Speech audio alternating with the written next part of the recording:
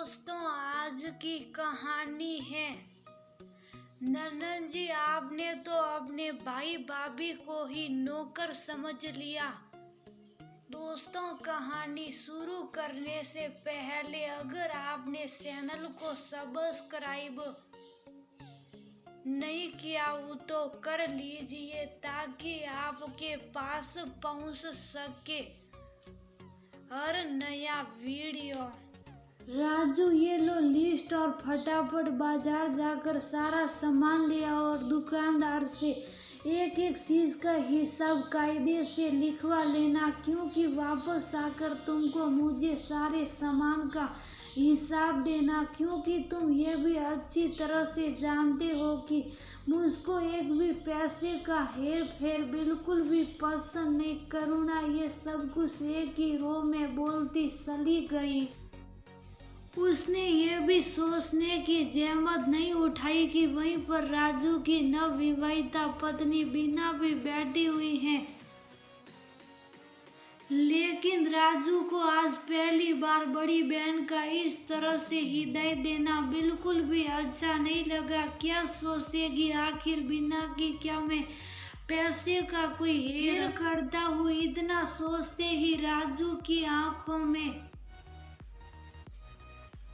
आंसू झिलमिलाने लगे। लेकिन राजू ने बड़ी सफाई से अपने उन आंसुओं को धीरे से सड़क की आस्तीन से फटाफट पोंछ लिया कि कहीं बीना उसको इस तरह से दुखी न देख ले, और जल्द से सामान की लिस्ट और झोला उठाकर निकल गया। 14-15 साल का रहा होगा राजू जब एक एक्सीडेंट में उसके मम्मी पापा एक साथ चल बसे। बस सर परसती के लिए सिर पर बड़ी बहन करुणा का हाथ था। वह करुणा जो उससे लगभग 6-7 साल बड़ी थी, और उस समय तक उसके मम्मी पापा ने उसकी शादी भी कर दी थी। और उस समय तक राजू तो सिर्फ हाई स्कूल ही पास किया था। ज्यादा चतुराई चालाकी उसको वैसे भी आती ही नहीं थी। जैसा जैसा बड़ी बहन कहती गई वैसा ही वैसा राजू करता चला गया, क्योंकि माँ बाप का साया एक साथ सिर से उठ जाने के कारण राजू बहुत दुखी था। करुणा ने उसके पुश्ते ने घर को किराए पर उठा दिया और राजू को अपने साथ लेकर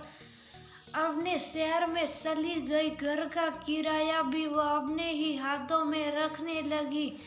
करुणा के पति सुधाकर का अपना गले दाल चावल गेहूं आदि का व्यापार था। पहले तो कुछ दिनों तक करुणा ने उसके साथ बहुत सहानुभूति जताई, लेकिन धीरे धीरे बहला फुसला कर राजू की पढ़ाई छुड़वा दी। बड़ी मुश्किल से सिर्फ इंटरमीडिएट ही पास करने दी और अपने साथ व्यापार में ही लगा दिया, क्योंकि व्यापार में सहयोग करने के लिए एक ईमानदार आदमी की जरूरत होती है। तो उन लोगों को राजू से ज्यादा ईमानदार और कौन मिलता? समय बीतने लगा। अब तो उन लोगों को मुफ्त का इतना ईमानदार नौकर ही जैसे मिल गया। अब तो घर का राशन पानी लाना, सिलेंडर भरवाना या फिर बच्चों को स्कूल छोड़ने और लेने जाना, सारे ही काम राजू के जिम्मे आ गए।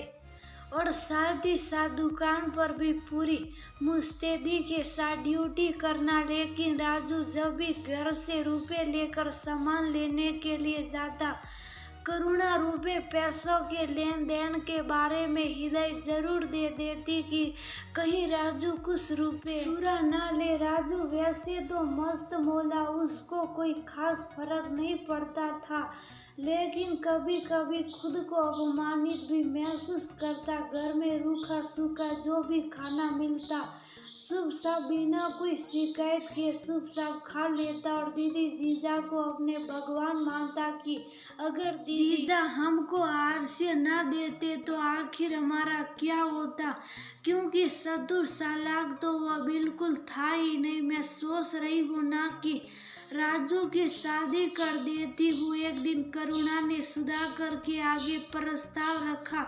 पागल हो गई हो क्या? अगर राजू की पत्नी समझदार आ गई तो वह राजू को लेकर फुर्र हो जाएगी, और फिर हम लोगों को इतना अच्छा मुफ्त में काम करने वाला कहाँ मिलेगा जो सिर्फ 2 समय के खाने के बदले में इतना ज्यादा काम कर सके। सुधाकर ने करुणा को समझाते हुए कहा, अभी ना कुछ समझते ही नहीं, मैं राजू की पत्नी बहुत गरीब परिवार से लाऊंगी जो ज्यादा कुछ बोल ही ना सके, और फिर घर का काम भी अब मुझसे नहीं होता है तो घर के काम उससे करवाऊंगी, और राजू तो तुम्हारे साथ झूठा ही रहता है। जब इसकी पत्नी आ जाएगी तो झाड़ू पोछा और बर्तन वाली को भी हटा दूंगी तो उसके भी पैसे बचेंगे सो अलग। करुणा ने इतने धीमे से फुसफुसाते हुए कहा कि कोई इसकी बात को सुन ना ले, क्योंकि ये बात तो वो भी जानती थी कि दीवारों के भी कान होते हैं।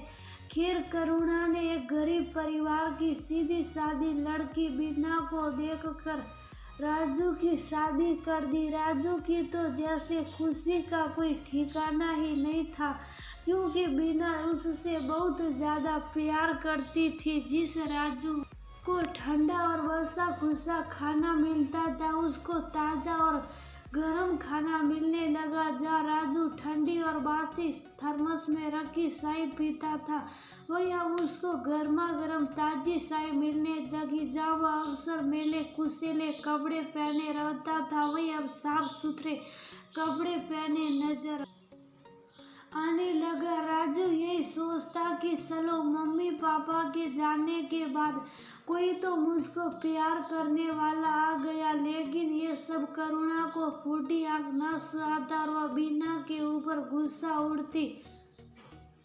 देखो, ऐसा है, ये बार बार रोटी सेकने और बार बार चाय बनाने में गैस का बहुत खर्चा होता है। एक बार मैं ही सब बना कर रख लो, जिसको जब मौका मिलेगा तब वो खा लेगा। हमारे यहाँ हर समय गैस जलाने का रिवाज नहीं है। करुणा बहुत ज्यादा उस समय सिनकते हुए बीना से बोली, जब वह राजू को गर्मा गर्म रोटी खिला रही थी। लेकिन दीदी, कोई बहुत ज्यादा फर्क नहीं पड़ता। अगर मैं ताज़ा खाना और ताज़ी चाय बना कर दूंगी तो ये ज़्यादा अच्छी तरह से खा पी सकेंगे। बीना बहुत नम्रता पूर्वक बोली, अभी कल ही डोली से उतरी हो और आज हमको ही 3-5 सिखा रही हो। जितना करती हो उतना ही करो, ये तो हमारा एहसान मानो जो हम उसको अपने साथ ले आए, वरना उसको कौन रखता, कौन खिलाता पिलाता। करुणा इतना कहकर अपने कमरे में चली गई। बीना की आंखों में भी नमी सी तैर गई। खैर, उस समय राजू भी एक ही रोटी खाकर उठ गया और खाना तो बीना के मुंह में भी नहीं चला। इसी तरह से तिरस्कृत होते हुए दोनों पति पत्नी रह रहे थे। जो बातें पहले राजू बेफिक्र होकर सुन लेता था, अब कहीं ना कहीं वो बातें दिल में दर्द देने लगी, क्योंकि अभी तक तो वो सिर्फ अपना ही अपमान सहन कर रहा था और अब पत्नी के भी अपमान का घूंट पीना पड़ रहा था। देखो ना, मैं तुमसे कहती थी कि राजू की पत्नी हमारे घर का बिल्कुल नौकरानी बनकर ही रहेगी, वही हो रहा है। मैं तो बिल्कुल ठाड़ से रहती हूँ, ना किसी बात की जिम्मेदारी, ना ही कोई टेंशन। तुम बेकार में ही डर रहे थे। अब तो मैं जिंदगी भर सेठानी बनकर रहूंगी और तुम सेठ बनकर, और ये दोनों पति पत्नी हम लोगों के नौकर नौकरानी बनकर। करुणा ने बड़ी बेशर्मी के साथ सुधाकर से कहा। इससे स्वार्थ के कारण वो ये भी भूल गई कि राजू उसका छोटा भाई है और बीना उसकी छोटी भाभी। सही सोच रही थी, तुम वैसे तो बढ़िया मैं हूँ, लेकिन तुम तो मुझसे भी ज्यादा होशियार निकली। सुधाकर भी बेशर्मी की हंसी हंसते हुए बोला। इत्तेफाक से उस समय राजू किसी काम के लेन देन के हिसाब के लिए सुधाकर के कागज पर हस्ताक्षर करवाने के लिए आया था, और उसने जैसे ही करुणा के मुंह से अपना और बीना दोनों का नाम सुना तो वही दरवाजे पर ठिठक गया कि जरूर ये लोग हम दोनों की प्रशंसा कर रहे होंगे, लेकिन ये क्या। ये लोग तो हम दोनों को नौकर नौकरानी बनाने पर तुले हैं। हे भगवान, मेरी बड़ी बहन होकर इतनी जालसाजी हम लोगों के साथ, और इससे आगे वह कुछ भी नहीं सुन सका। तुरंत उल्टे पांव वापस चला गया। इधर जैसे ही पर्दा सरकाया, करुणा बाहर की ओर लपकी और उसने राजू को अपने कमरे में जाते देख लिया। और तभी उसने देखा कि राजू बीना का हाथ पकड़कर उसके कमरे की ओर आ रहा था।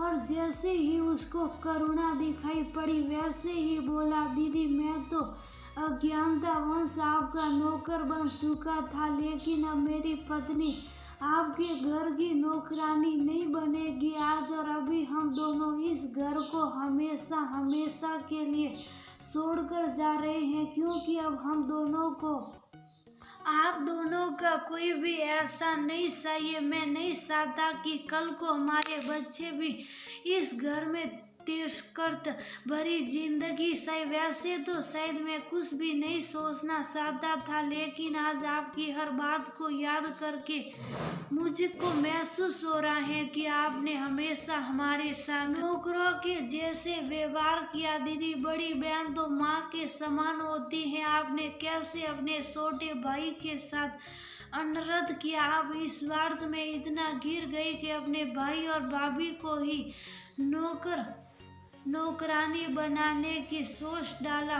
दीदी, अब हम लोग एक पल भी इस घर में नहीं रहेंगे। हमारा घर तो हमारे पास है ही, और हम दोनों मिलकर इतनी मेहनत करेंगे कि जिससे हम लोग पूरी तरह से स्वाभिमान की जिंदगी व्यतीत कर सके। ये सब कहते कहते जैसे राजू का शरीर थरथराने सा लगा। और उधर जब तक सुधाकर जी राजू की आवाज सुनकर बाहर निकल आया था। एक तो हम लोगों ने तुम्हारे ऊपर एहसान किया और तुम बदले में हम लोगों को आंखें दिखा रही हो। सुधाकर रिश्तों की मर्यादा भूलकर चिल्लाते हुए बोला, जीजा जी, ये तो आप भी अच्छी तरह से जानते हैं कि एहसान किया या एहसान फराम मौसी की, लेकिन अब मेरी आंखों के आगे पड़ा पर्दा हमेशा के लिए हट गया है। राजू रोते हुए बोला, अरे तुम शायद गलत समझ रहे हो, ऐसा कुछ भी नहीं है। करुणा शब्दों में मिठास घोलते हुए बोली,